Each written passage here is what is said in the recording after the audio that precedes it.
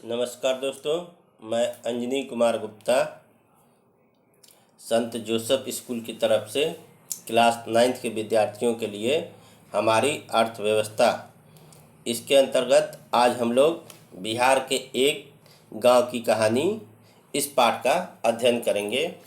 तो इसके अंतर्गत हम लोग पहले फतेहपुर गांव के बारे में जानेंगे कि फतेहपुर गांव का नाम फतेहपुर क्यों पड़ा। तो यहाँ के एक बहुत ही प्रसिद्ध व्यक्ति थे जिनका नाम श्री फतेश्वर नारायण सिंह था। ये प्रसिद्ध स्वतंत्रता सेनानी, कर्मठ, आदर्शवादी व्यक्ति के नाम पे इस गांव का नाम फतेहपुर पड़ा। इसके बाद जैसे हम लोग गाँवों के बारे में जानते हैं कि जो गांव होते हैं तो वहाँ के लोगों का जीवन जो होता है वो अलग होता है। यहाँ के लोगों का जो जीवन है वो मुख्यतः खेती, पशुपालन, मुर्गी पालन, मछली पालन, डेयरी फार्म, दुकानदारी, परिवहन आदि सीमित स्तर पर की जाती है। यानी कि इसी के आसपास इन यहाँ के लोगों का जो जीवन है घूमता फिरता रहता है। इसके बाद जो गांव के लोग हैं तो वो अक्सर परिवहन के लिए बैलगाड़ी, टमटम, मोटरसाइकिल, बस, ट्रक, जीप इत्यादि का प्रयोग करते हैं। और जो गांव के लोग हैं इनका जो मकान होता है वो मिट्टी का मकान होता है। मिट्टी, बांस, झोपड़ी तथा घास फूस के बने होते हैं। उसके अलावा जो गांव में प्राथमिक स्वास्थ्य केंद्र, प्राथमिक विद्यालय, डाकघर, उसके बाद आंगनबाड़ी केंद्र, सामुदायिक भवन, सामुदायिक शौचालय और काली मंदिर आदि जो भवन होते हैं या मंदिर होता है ये गांव में प्रसिद्ध होते हैं। तो ये लगभग सभी गांवों में जो होती है एक समान ही कहानी होती है कि ये हम कह सकते हैं कि सभी गांव में ये सभी चीज़ें हमको देखने को मिलती है। उसके बाद जैसे कि हम लोग उत्पादन के बारे में जानेंगे कि उत्पादन क्या होता है। तो उत्पादन का अर्थ उपयोगिता को सृजन करना है, या हम ये भी कह सकते हैं कि मनुष्य अपने आर्थिक प्रयास से जो प्रकृति द्वारा उपलब्ध किए गए पदार्थों का रूप, स्थान, गुण, स्वामित्व में परिवर्तन करके सेवा और ज्ञान देकर उसको उपयोगी बनाना ही उत्पादन कहलाता है।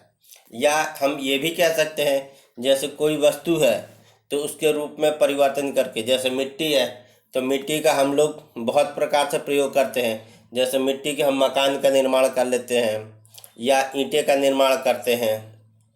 तो जैसे हो गया स्थान, तो स्थान में भी परिवर्तन हो सकता है। जैसे हम नदियों से क्या करते हैं कि रेत प्राप्त करते हैं, पर्वतों से खनिज, चट्टान इनको प्राप्त करके हम कारखानों में ले आते हैं और इन खनिजों से बहुत सारे धातुएं तथा धातुओं का निर्माण करते हैं। उसके बाद इनके गुण और इनके स्वामित्व में भी परिवर्तन किया जा सकता है। जैसे मान के चलिए कि हम पशुओं से दूध प्राप्त करते हैं और उस दूध से हम खोआ बनाते हैं, छेना बनाते हैं और उससे मिठाई बनाते हैं। तो जो इनके गुण होते हैं वो परिवर्तित हो जाते हैं। इसमें हम अपना ज्ञान और बुद्धि के माध्यम से इसको परिवर्तित कर देते हैं और इसको उपयोगी बनाते हैं।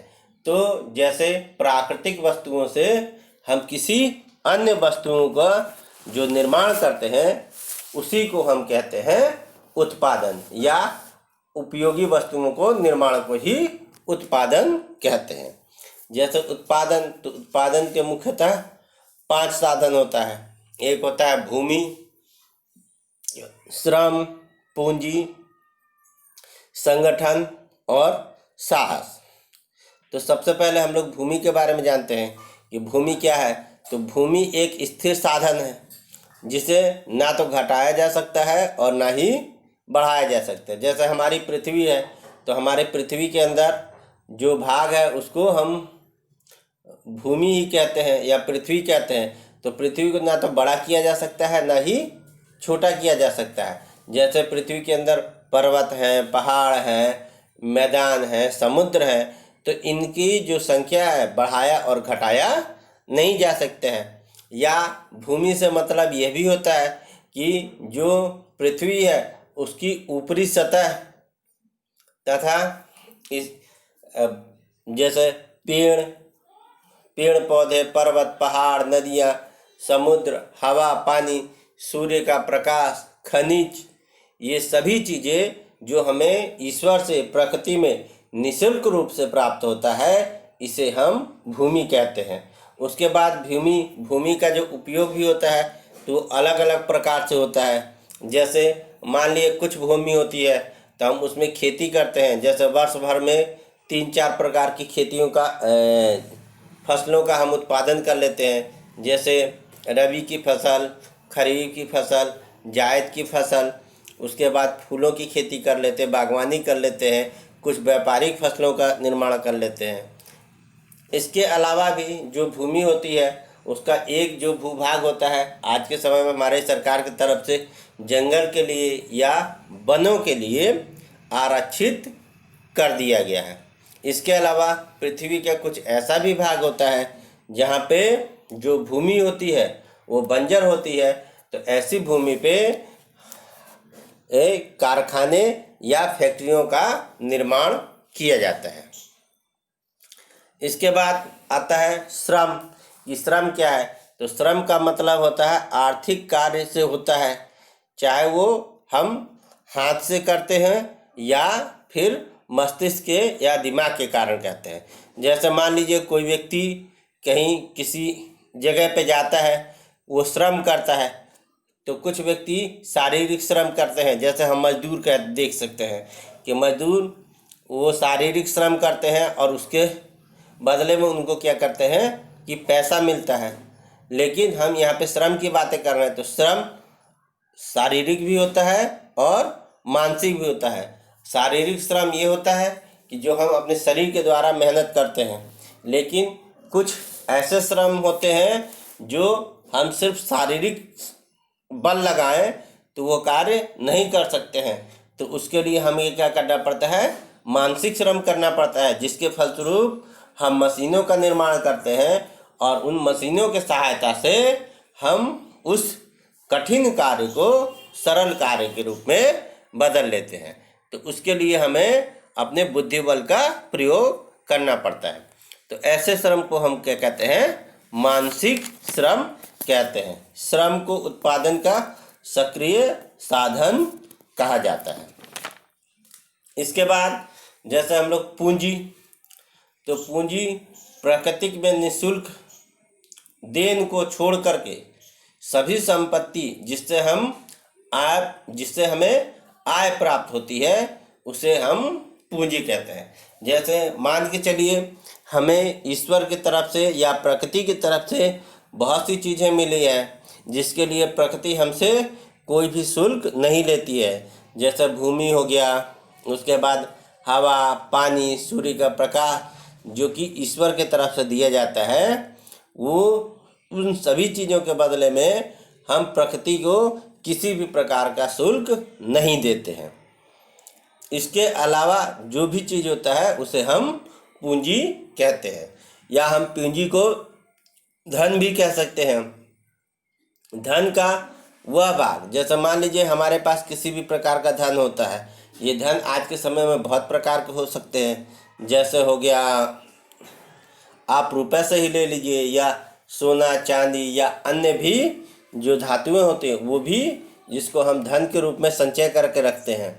तो जिसका उपयोग हम पुनः किसी कार्य के उत्पादन के लिए किया जाता है उसे ही हम पूंजी कहते हैं।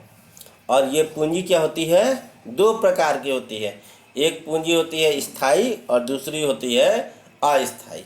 जैसे मान लीजिए हम कोई कारखाना लगाते हैं, तो कारखाना लगाने के लिए हम भवन का निर्माण करते हैं, मशीनों का निर्माण करते हैं, तो इसमें हमें पूंजी लगाना पड़ता है। लेकिन ये जो पूंजी होती है जो भवन के निर्माण में और मशीनों के निर्माण में, तो इस पूंजी को हम क्या कहते हैं? स्थायी पूंजी।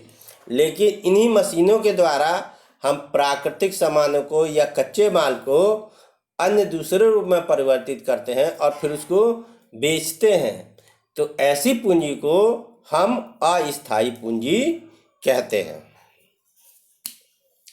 उसके बाद आ जाता है संगठन। तो संगठन उत्पादन की जो प्रक्रिया है उसका एक सक्रिय साधन माना जाता है। यानी कि हम ये कह सकते हैं कि भूमि, श्रम एवं पूंजी उत्पादन के साधन हैं, लेकिन इन्हें एकत्रित करके उत्पादन के कार्य में लगाया जाए, इसके लिए मानव को बुद्धि और ज्ञान की आवश्यकता होती है। इस प्रकार